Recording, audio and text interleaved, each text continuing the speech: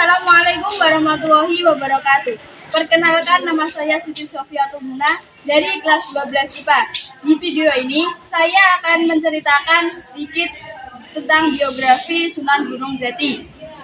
Dalam video ini juga saya mengkolaborasikan dua mata pelajaran, yakni pelajaran sejarah kebudayaan Islam dan bahasa Indonesia.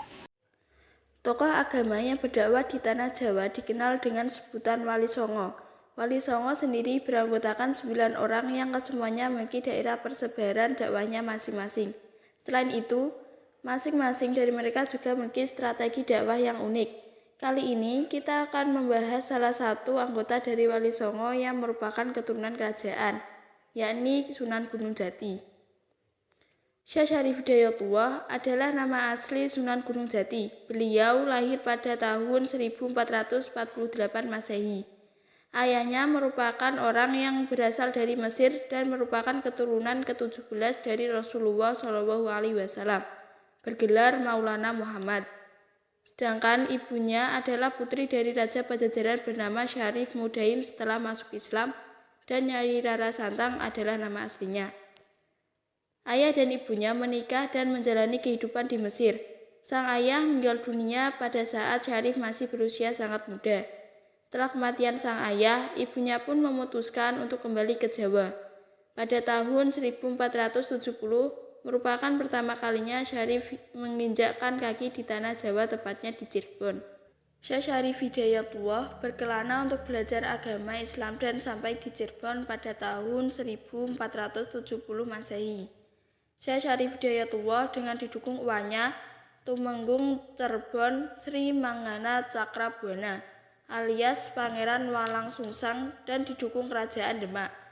Dinobatkan menjadi Raja Cirebon dengan gelar Maulana Jati pada tahun 1479.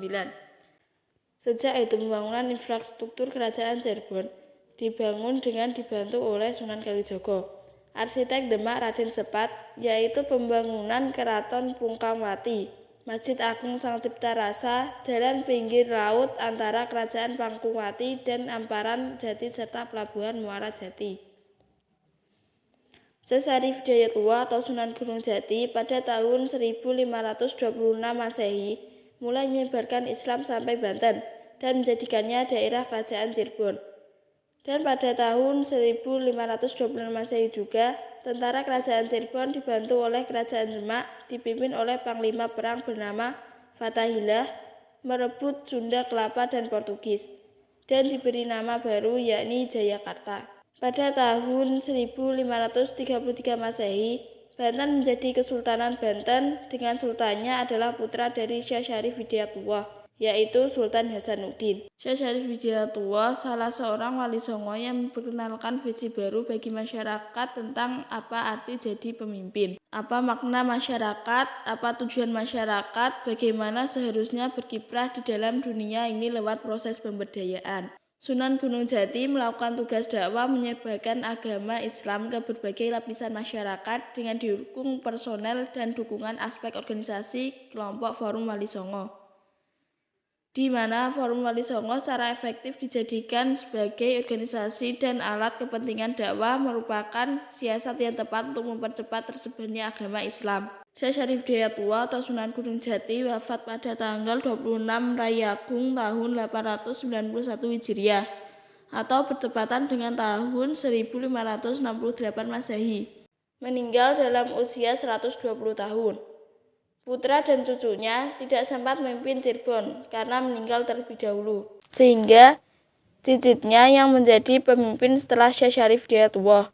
Syekh Syarif Hidayatullah kemudian dikenal dengan Sunan Gunung Jati karena dimakamkan di Bukit Gunung Jati. Sekian dari saya. Wassalamualaikum warahmatullahi wabarakatuh.